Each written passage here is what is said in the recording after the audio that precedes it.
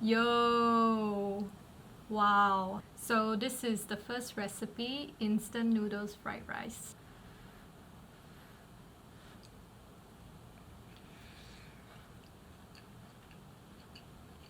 Oh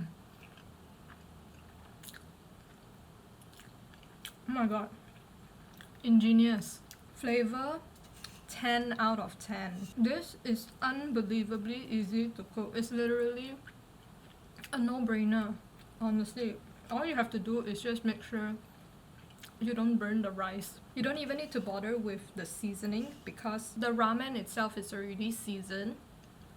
I added some red pepper and some sesame oil just to give it more of that 炒饭, that fried rice taste that I really love, and some more kick to it. Oh.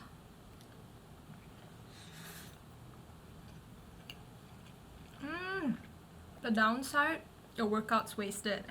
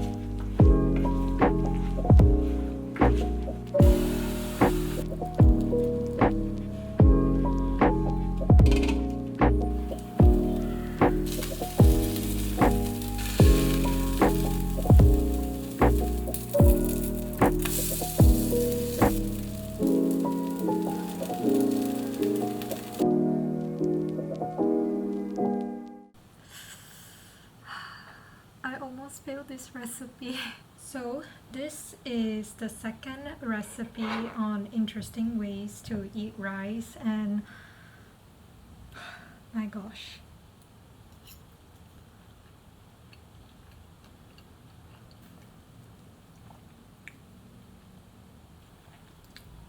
it definitely needs chili. So I was stumbling upon this recipe trying to find ways to cook rice differently besides fried rice, and this actually popped up. It is a vegetable style pancake, but rice is the flour. This recipe is not easy. Like, it seems easy when I saw it online. Oh my gosh, it wasn't, because there's so much prep work beforehand. Like, you have to soak the rice overnight, and then you have to cut and chop all of the vegetables that you want inside. You have to blend, then you have to mix, and the most difficult part was frying it. I added too much water into the batter, so the first one was a complete... so I added like a bunch of flour this time to make the batter more consistent, and it is definitely much easier to flip. But considering the amount of flour I added back in, it is quite bland. Unfortunately not for me.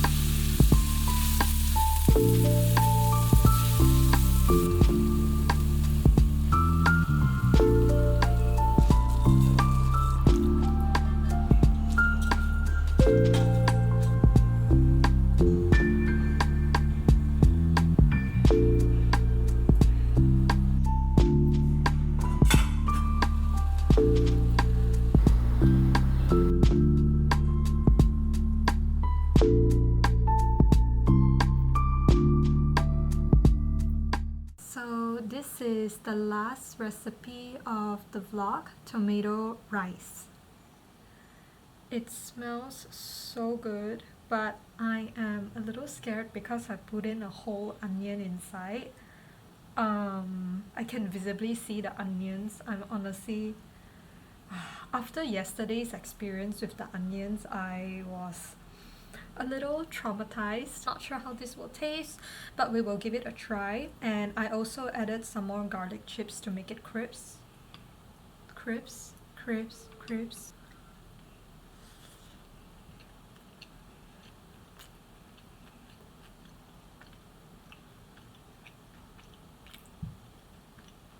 It's surprisingly good. You can't taste the onions at all.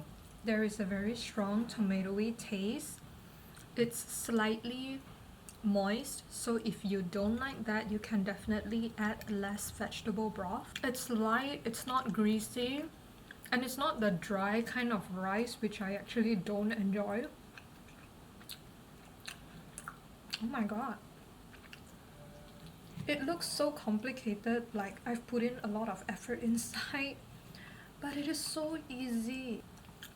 I should try it without the vegetable broth because it has a very nice and sort of savory aftertaste to it, but not the heavy kind. I'm suspecting it's from the vegetable broth, but this recipe actually allows you to substitute with water, so I'm gonna try with water next time and reduce the amount of water that I put in slightly.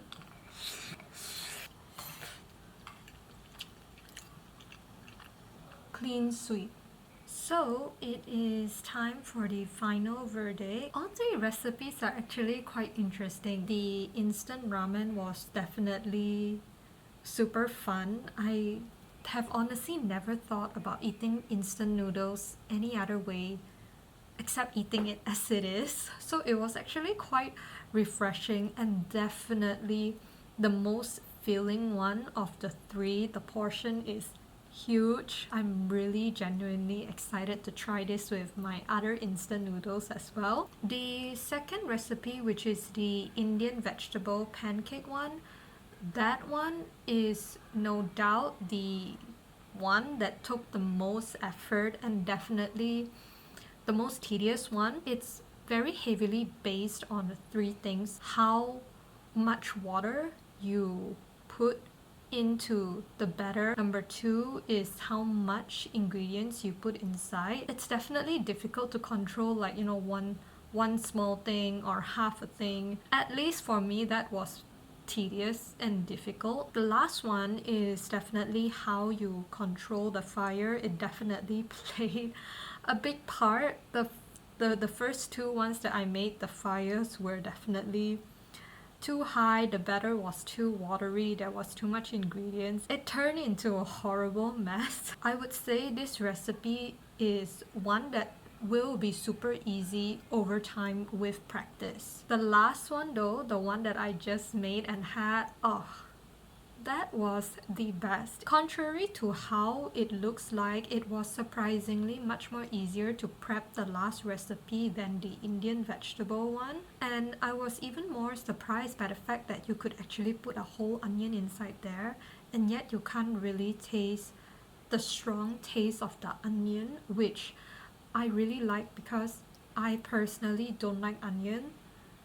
but it tasted so good. Most importantly, it is on the healthier side. Like if you're still craving for carbs but you want to cut down on other things, or if you're vegan as well, or if you just want to generally eat healthier, this third recipe is definitely a very good one that I actually recommend. I think it goes without saying that had I not tried that tomato rice recipe, I would have definitely ranked the instant noodles fried rice as my number one favorite. But the tomato one though, you don't feel super bloated or heavy after you eat. You won't have that sort of food coma feeling. There's just much more benefits to the tomato fried rice in terms of health wise, calorie wise, etc. And that's what I actually love about the tomato recipe. So that is it for this vlog. I truly enjoyed myself as usual. If you are interested in any of the recipes I tried, they are in the description box down below, and I shall see you in my next one. Bye.